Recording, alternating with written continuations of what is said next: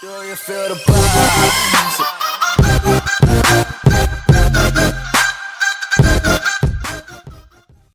What's up, YouTube? It's Carolina Calvin coming back to another video. In this video, I wanted to talk about Project Scorpio.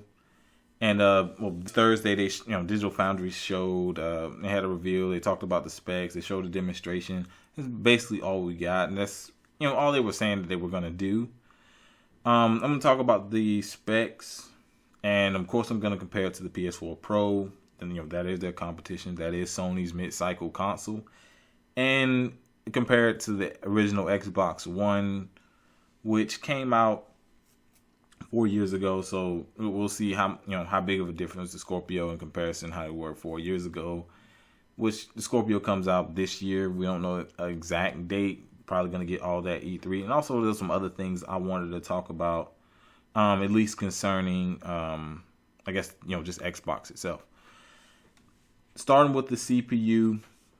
All of them use x86 architecture. The Project Scorpio's is custom Jaguar 8-core, clocked at 2.3 gigahertz. All these use 8-core Jaguar. Only difference is the clock speed. The PS4 Pro is at 2.1 gigahertz, and the original Xbox is at 1.75 gigahertz. So you already see the advantage in terms of processing, in terms of clock speed. For the GPU, the huge jargon that they used at last year's E3, of course they talked about it in this reveal, was Xbox Scorpio is a 6 teraflop GPU, and the PS4 Pro is 4.12. I believe the original Xbox is 1.31. I believe that's what it is. This is essentially a measure of overall graphical power.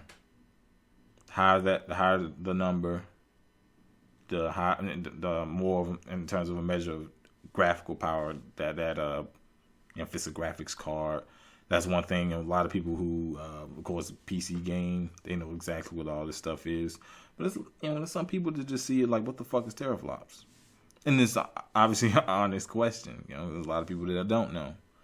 But the Scorpio clearly is gonna, if it's able to, get the games and perform at its max potential, it's gonna be able to outdo the PS4 Pro in terms of resolution, texture quality, and frame rate. I'll talk about that later because it was something else I was going to mention.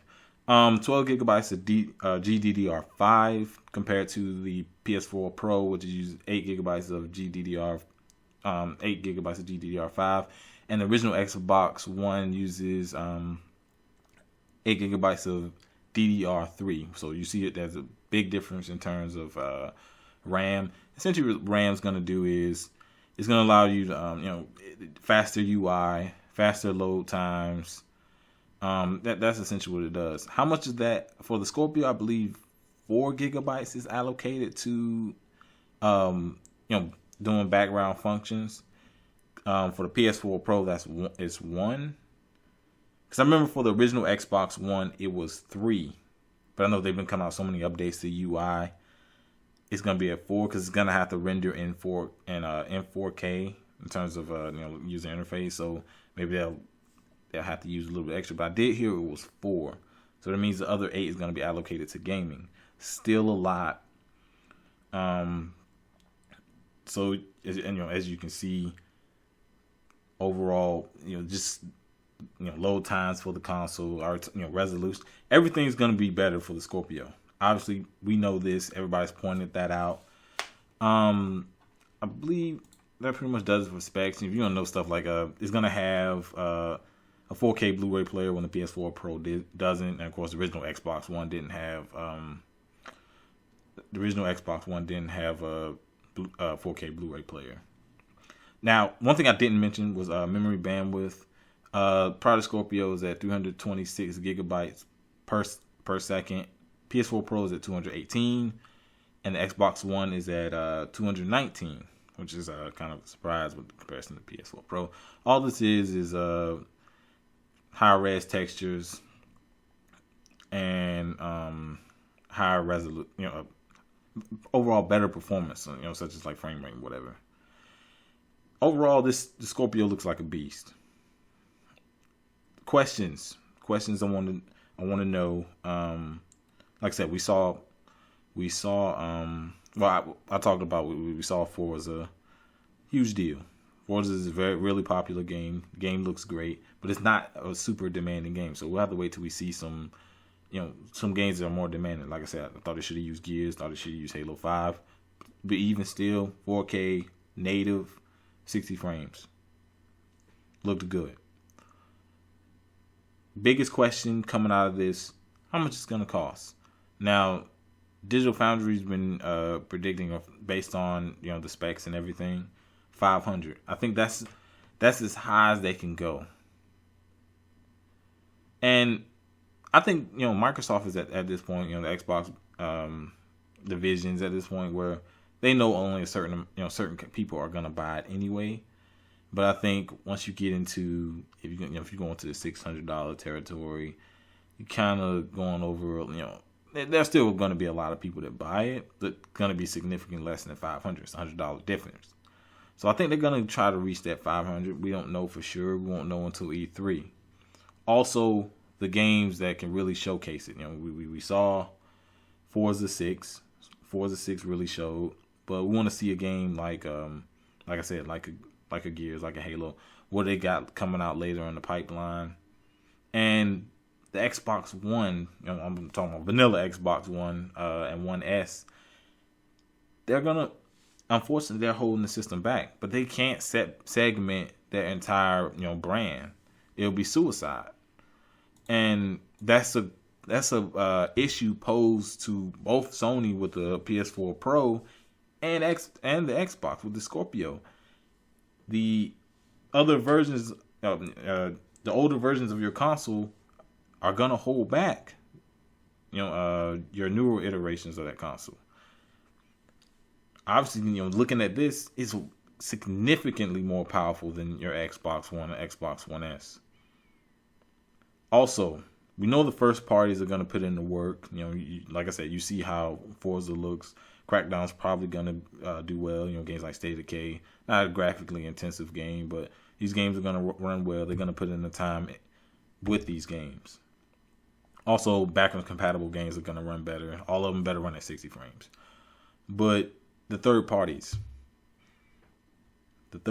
are definitely the big question. You even look on the PS4 Pro, you can see the first parties really put in the work. They really put in the work. But when it comes to those third parties, you see a slight difference. Obviously, you see an upgrade slightly, but it's definitely not as big as the first parties. It's definitely not as big as the first party. So we'll have to see will the third parties really put in the effort.